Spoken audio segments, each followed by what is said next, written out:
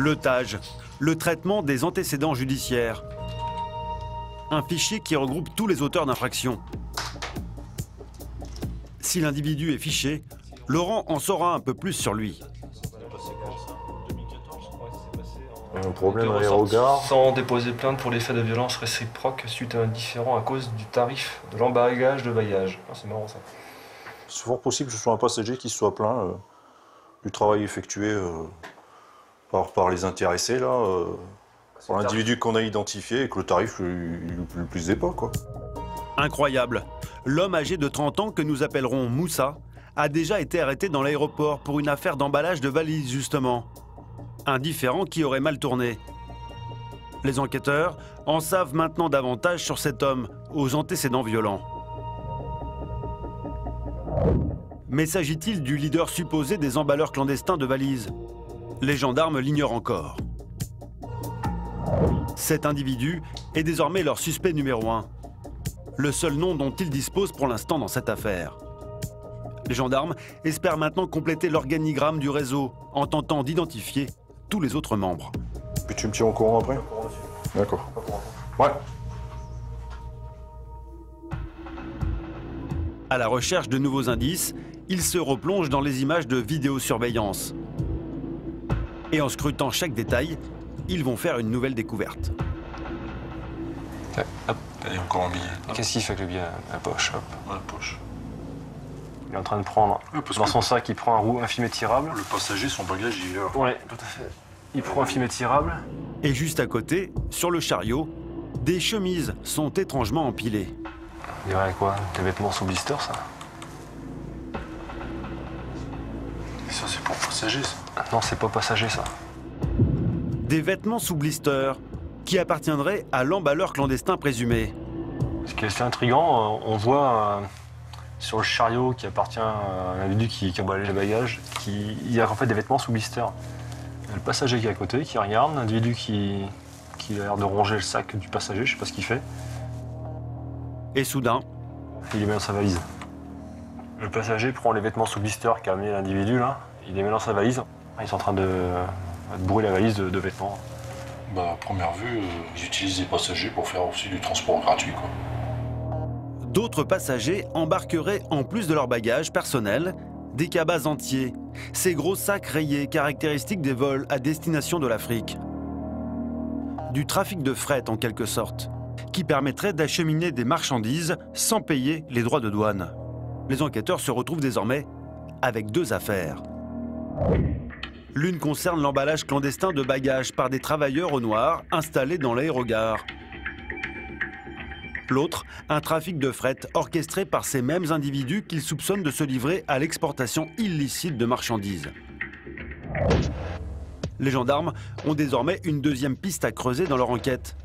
Mais toujours un seul suspect identifié. Alors ils vont passer à la vitesse supérieure et mener une opération de terrain bien connue des services d'enquête.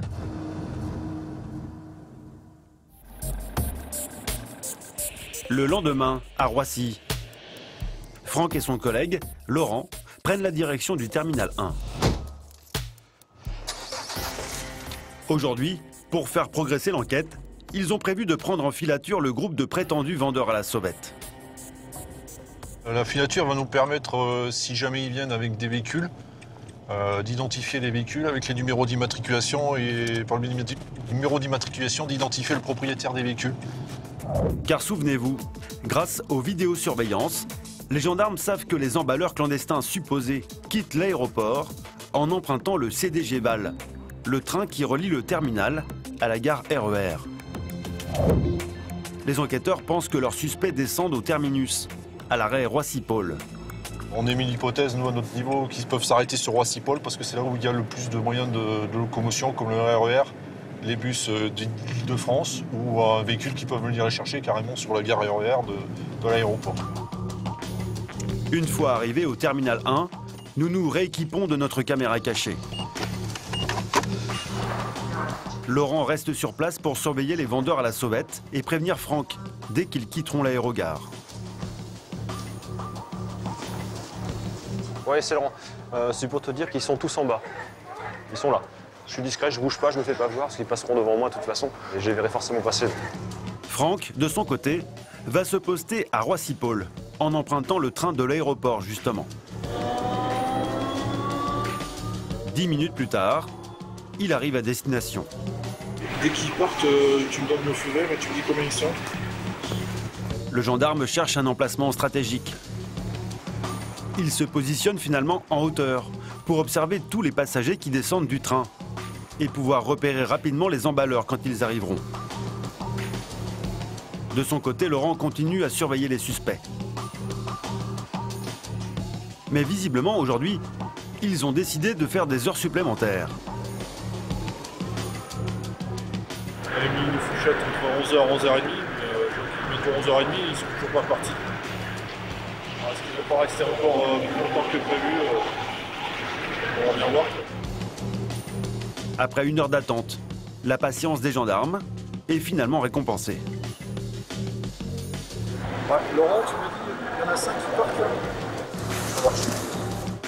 Ça y est, 5 individus sont montés à bord du CDG Val. Franck se tient en alerte. Quelques minutes plus tard, un train entre en gare et l'enquêteur ne met pas longtemps à repérer les suspects. Ils arrivent, ils sont avec le caddie avec les 2 sacs sud-africains. Ils prennent des escaliers au bout là-bas. À peine arrivé, le groupe d'emballeurs présumés se sépare.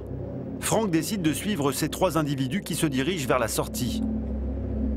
Et en passant à côté d'eux, il va immédiatement reconnaître cet homme en veste orange. Il s'agit de Moussa, le vendeur à la sauvette que les enquêteurs ont réussi à identifier et qui pourrait être le leader du groupe. Très vite, les suspects se dirigent vers un parking situé derrière cet hôtel. Ils sont rentrés. Je vais essayer de les attendre à l'extérieur pour les prendre en photo. Comme Franck l'imaginait, les emballeurs présumés sont partis récupérer un véhicule. C'est une bonne nouvelle pour l'enquête. Il n'y a plus qu'à attendre pour repérer leur plaque d'immatriculation.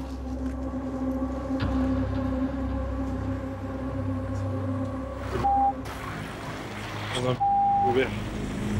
La voiture passe juste devant Franck. Le point de vue est idéal pour prendre en photo la plaque d'immatriculation. Exactement ce qu'il recherchait. Ce matin, notre filature a été très positive. On a identifié un véhicule avec un numéro d'immatriculation. Donc ça va nous permettre de connaître le propriétaire. Retour à la brigade. Il n'y a pas de temps à perdre. Les gendarmes veulent aussitôt analyser les photos du fameux véhicule vert. On a le numéro là. Ok. Donc, tout leur matos est dans la voiture et puis les 3 sont montés dedans. Mais à qui appartient cette camionnette?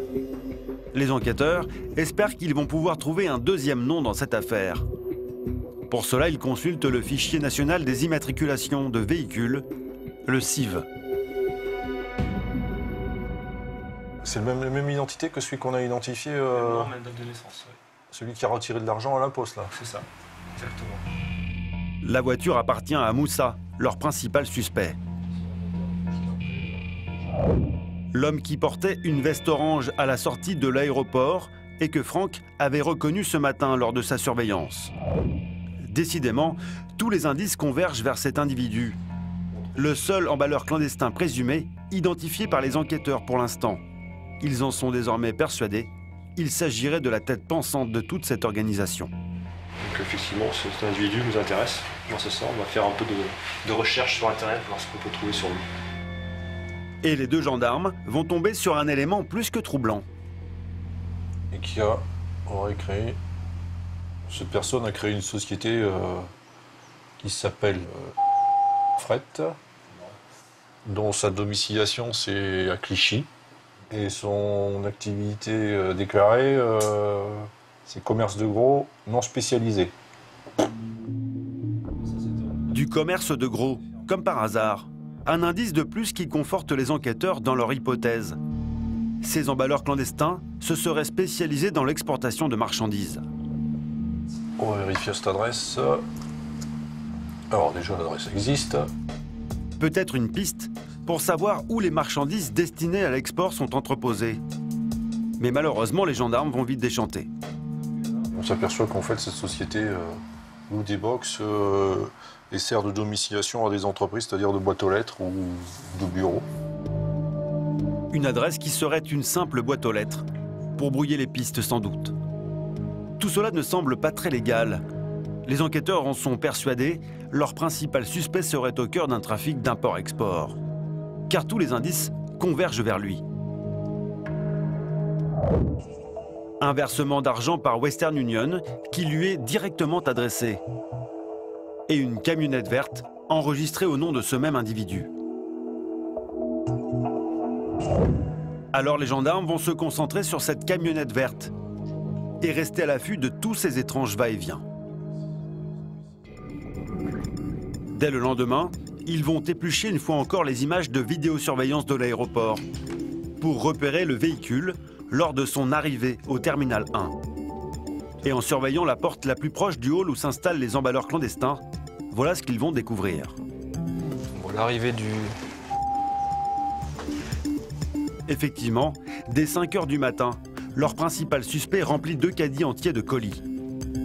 Ils sont très chargés quand même, et puis le visage de ce passager ne m'est pas inconnu, c'est sûr, il fait partie du groupe, il n'y a pas photo. Ils sont chargés, donc c'est pour ça qu'ils sont ce véhicule. On peut y mettre pas mal de marchandises. On voit ça, on voit très bien la manière d'opérer, c'est assez bien organisé, c'est bien fait. Hein. Et régulièrement, Laurent retrouve Moussa, le leader supposé, qui semble bien gérer les finances du groupe. Il y a une remise d'argent, là. Je sais pas qui c'est.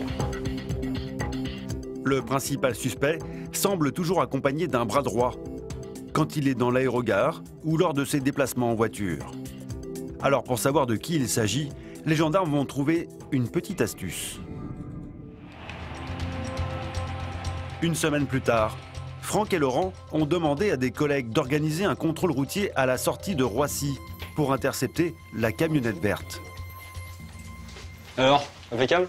Impeccable. Ça s'est bien passé? Très bien. Visiblement, cette ruse n'a pas éveillé les soupçons des suspects. Alors, Deux. Vestin cuir et l'autre avec la casquette. Ouais. Un individu avec une casquette, un élément distinctif que les enquêteurs connaissent bien. alors ça c'était le conducteur. Voilà, donc ça, Donc on va mettre un drame c'est devant. bien. Voilà, donc ça c'est le conducteur. Ouais, c'est bien lui. Il s'agit bien du principal suspect, l'organisateur présumé de ce réseau d'emballeurs clandestins supposés. Et donc le passager, bon la photo c'était comme ça aussi, vu que c'est une photocopie, c'est très compliqué quoi. Une simple photocopie de demande de renouvellement d'un titre de séjour. Cette fois, les gendarmes ont une nouvelle identité, mais la photo est illisible. Et un détail les intrigue. Tu vois, même là c'était plié, donc là t'as pas de numéro de dossier, bon c'était comme ça. Les suspects semblent tout faire pour compliquer la tâche des enquêteurs. Ça fait bizarre, hein. Ouais. Ouais, c'est bizarre. S'agirait-il d'un document frauduleux? C'est le tampon, là. J'ai l'impression que c'est une photo qui est rajoutée. L'individu contrôlé par les gendarmes correspond-il au nom mentionné sur cette photocopie de mauvaise qualité? Pour en savoir plus, Franck et son collègue Laurent vont devoir regagner leur bureau au plus vite pour poursuivre leurs recherches. Salut, merci. À la prochaine. Les deux enquêteurs vont contacter les services de la préfecture qui ont le dossier du passager du véhicule. Pour savoir si ce document photocopié, remis aux gendarmes, était bien à lui. C'est le passager qui nous intéresse, on va se fixer un peu sur le passager, voir qui il est, si on le connaît dans nos fichiers. Et puis par rapport à la photo, on va essayer d'avoir d'autres renseignements sur lui. Quelques instants plus tard, retour dans les bureaux de la GTA. Les deux gendarmes vont solliciter officiellement la préfecture. Voilà, on va récupérer le dossier complet et puis on aura une copie, je pense, couleur correcte du visage de la personne.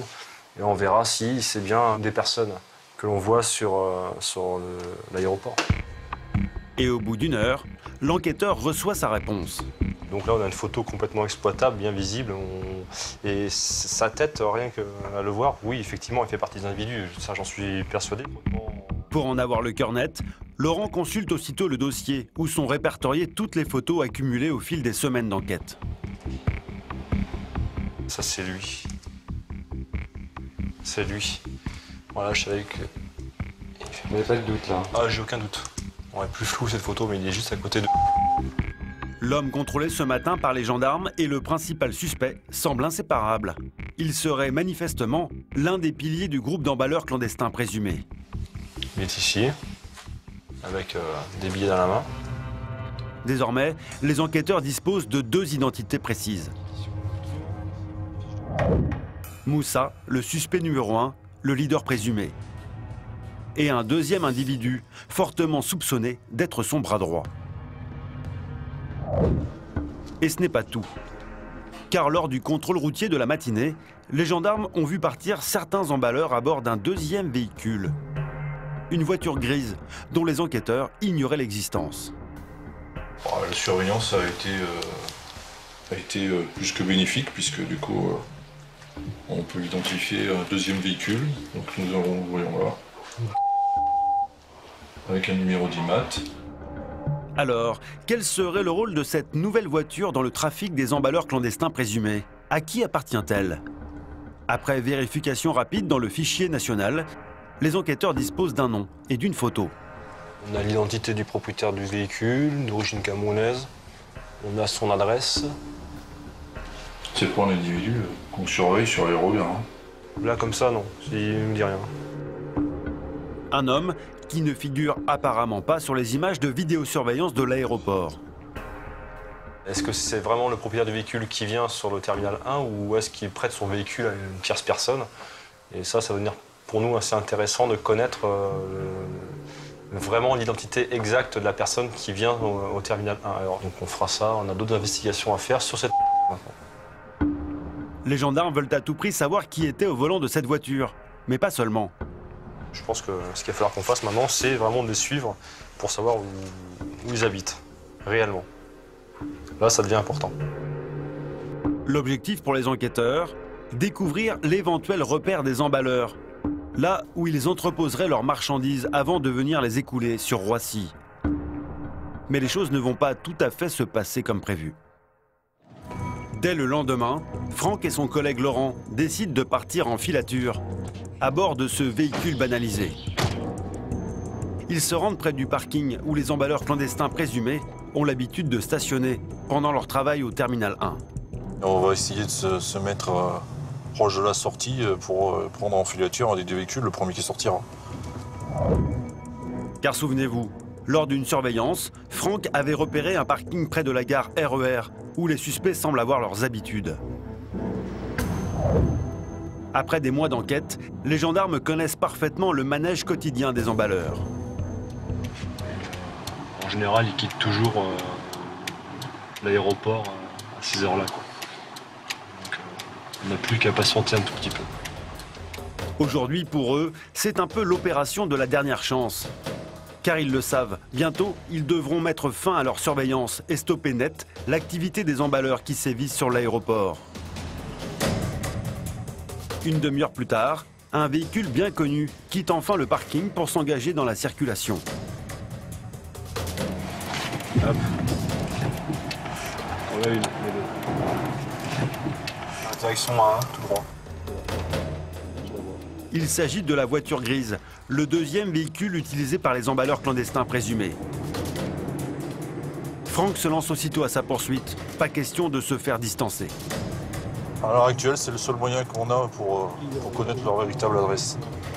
Grâce à cette filature, les gendarmes comptent repérer les lieux en vue des perquisitions à venir. Car à terme, ils espèrent pouvoir saisir de la marchandise au domicile des suspects. Mais soudain... Il tourne? Oui, il tourne. Où ça? Il a pris à droite. Sur les regards? Oui, dans les regards. Au lieu de quitter l'aéroport, le conducteur fait demi-tour. Qu'est-ce qu'il y a à faire ici après? Ah, il a peut-être cherché des bagages. Le véhicule va-t-il récupérer du matériel d'emballage ou de la marchandise? Vient-il chercher des complices? La voiture qu'on a suivie, il s'arrête au terminal 1, il a pris côté taxi, on attend qu'il sorte. Là, il va sortir là. Regarde, il va sortir là. Les enquêteurs se postent discrètement à la sortie du terminal 1. Mais difficile pour eux de pouvoir surveiller toutes les voies d'accès à l'aérogare. La surveillance se complique.